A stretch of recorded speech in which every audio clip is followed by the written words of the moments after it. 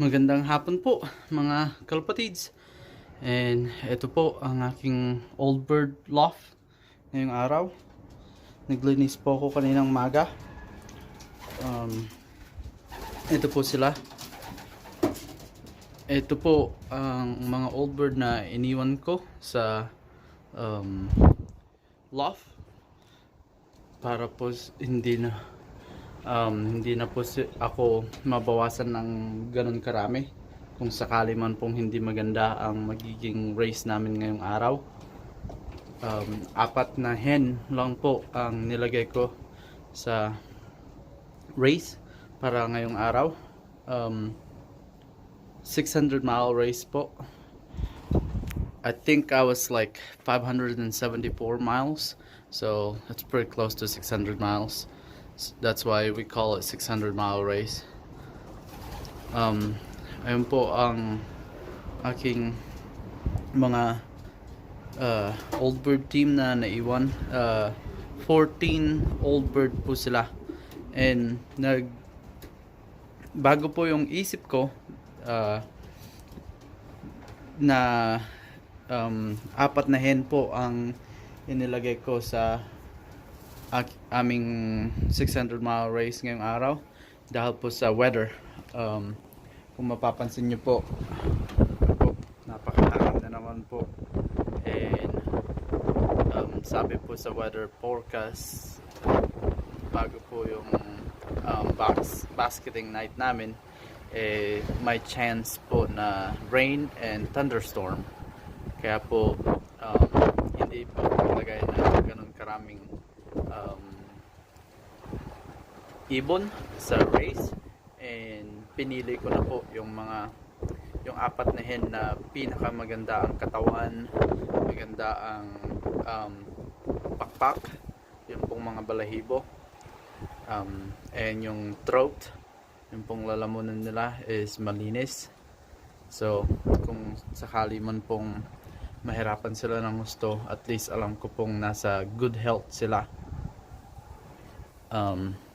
para po sa 600-mile race with a bad weather. So ayun po mga kalapatids, itong cock po na to, siya po sana yung isa kong ilalagay na cockbird sa race, pero nagbago rin po ang isip ko, and then yan din po, hindi ko na rin po siya nalagay sa race. At maganda po ang kanyang pinakita sa akin ngayong taon, and he's a yearling. So gusto ko pong makita silang dalawa na para sa race namin next year or the following more years. And ayun po mga kalapatids, kung makikita nyo po is lahat po ng band color is yellow except that one. Siya po is 2019 bird din po siya. Iba lang po yung kulay ng ring band niya dahil sasali po sana siya sa special race, yung one Loft race po, pero hindi ko na po binalak pang ilagay doon. So nilipad ko na lang po siya dito, and maganda naman po yung pinakita niya. And ito po is late hatch last year. She has a 2017 band, but the bird is a 2019 bird. Nilagay ko na lang po yung late hatch ring band kasi po wala na pong ring band na magamit nung mga taon na yon. Kaya po ayan po ang nakasuksok na singsing niya. And 3211, kung natatandaan nyo po sa isa kong video, siya po yung nag number 1 sa 400-mile race namin, B race. Kaya po nandito na siya, hindi na po siya lilipad pang muli sa 600-mile race namin. Gusto ko po siyang gamitin ulit para sa next year. And Yung pong silver hen, lagi po siyang nasa top 6 na ibon ko na umuwi simula po nung umpisa ng race namin. Kaya po hindi ko rin po siya nilagay sa 600-mile race, and a friend of mine will be taking her and use her as a breeder. So hopefully she'll give him a really good babies to race for next year. And then eto pong cockbird na to, siya po is nilagay ko sa lahat ng race namin. Every weekend he flies on races, long or short distance. He doesn't come home in time, but he always come home. So I would love to see him fly one more year or two, not because he doesn't come home in time, that doesn't mean he's not a good bird. Meron pong chance na bumababa po siya palagi. Kumbaga po bumababa, nagpapahinga, naghahanap ng inumin.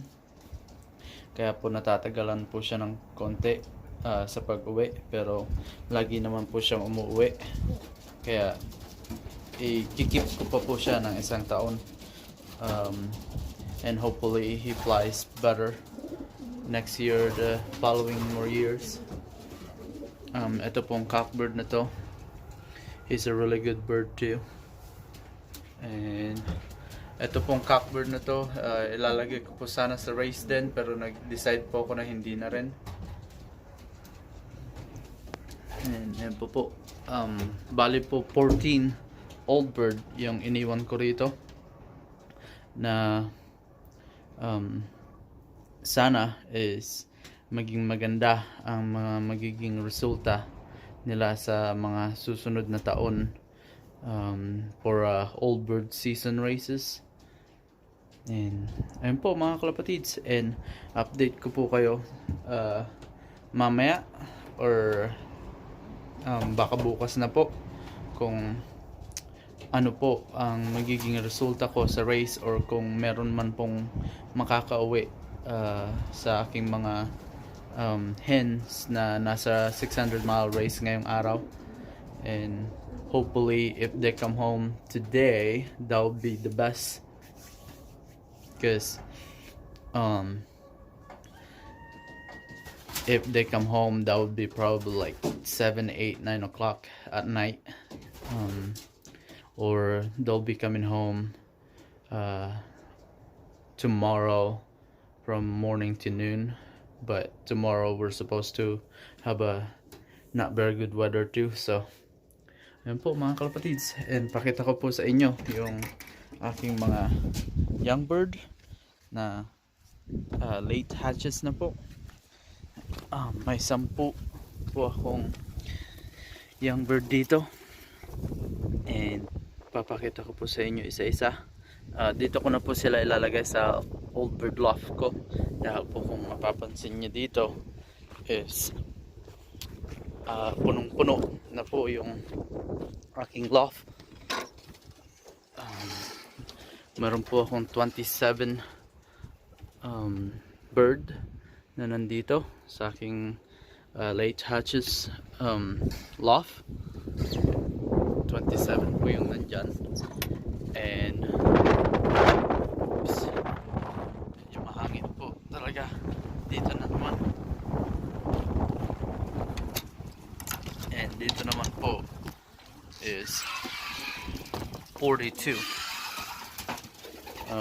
May 42 po akong young bird dito. Ayan po, yung dalawang yan, yung hen malamang mangingitlog po soon. Ito po, may itlog po dyan na dalawa. Sila po yung mga unang na hatch na young bird ko, kaya po mga nagsisi itlogan na. And ayan po ang itsura ng aking young bird loft. capacity ko po dito is 50 bird, but I don't want to add any more bird in it, especially the bird that I'm gonna add is like a late hatches. So I would rather add the late hatches on the old bird team loft and fly from there, because most of this bird is gonna be moved in there next year anyway. So ayun po mga kalapatids, pakita ko po sa inyo yung 10 late hatches na ilalagay ko sa aking old bird team.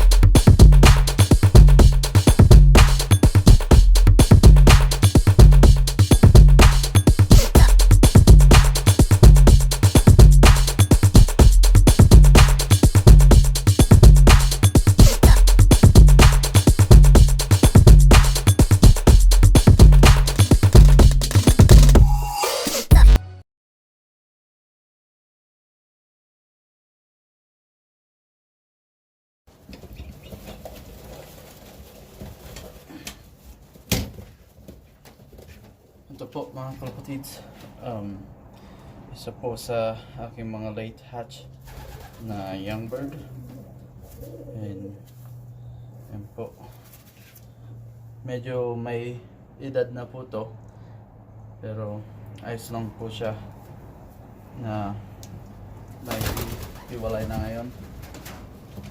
One, and then ito po yung isa.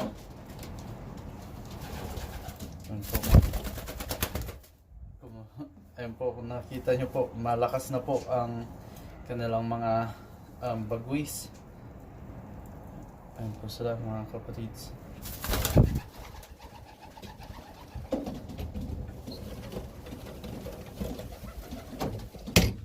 And ito po, medyo bata pa po ng konti, pero hindi po ganun ka layo ang edad sa dalawang pinakita ko na una. Ayan po mga kapatids.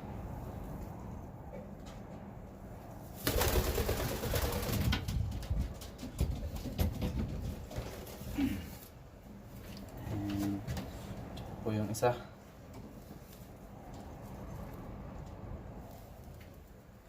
Ayan po ang itsura ng aking mga young bird.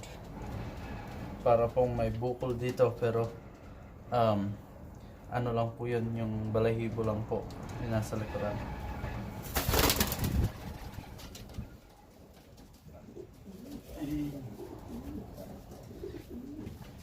Ito po mga kalapatids, ito pong young bird na to, yung tatay po niya is bulag yung isang mata.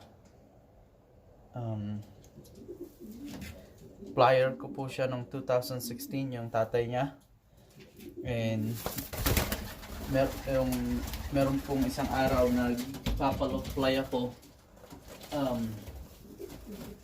Nung pong pumasok sa loob ng loft, nagluluha po yung mata. Tapos po inihiwalay ko po, tapos sinubukan ko pong ginamot. And then hindi po tumalab yung gamot, or baka po talaga ganun po talaga yung mangyayari sa kanya. Ayan po yung isa ko pang young bird is nabulag po yung isang mata, kaya po hindi ko na nagamit sa mga susunod na taon. Nagamit ko lang po siya as a young bird.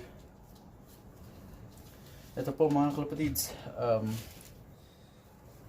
dark crystal po ba ang tawag dito? Or ano po ang magiging tawag dito sa off color na ibon po na to?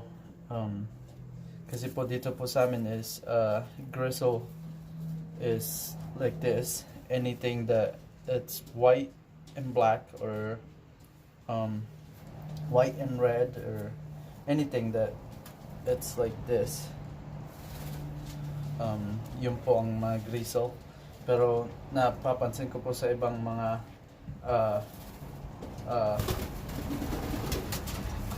pigeon fancier that they have a different name for it, or they call it something else. And ito po mga kalapatids, isa pa po sa mga batang young bird ko. Ayan, kung mapapansin nyo po, may mga dilaw-dilaw pang balahibo.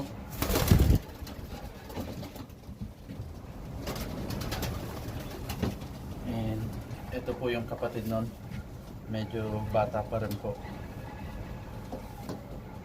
Ayan po, mapapansin nyo, maraming dilaw.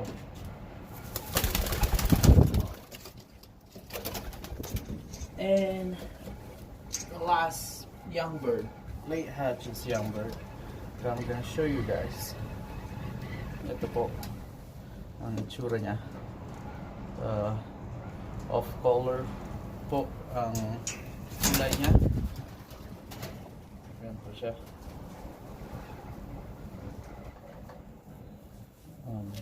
Maganda po yung pagiging off color niya dahil white, black, and brownish color. Yan po mga kalapatids, hanggang dito na lang po itong update ngayong araw. And sana po na enjoy nyo yung aking konting video para sa ngayong araw. And maraming salamat po ulit sa inyong walang sawang panonood at suporta. Susubukan ko po ulit makagawa ng video bukas para po sa aking mga old bird team na nilagay ko sa 600-mile race. And ayun po mga kalapatids, hanggang dito na lang po. Maraming salamat po ulit.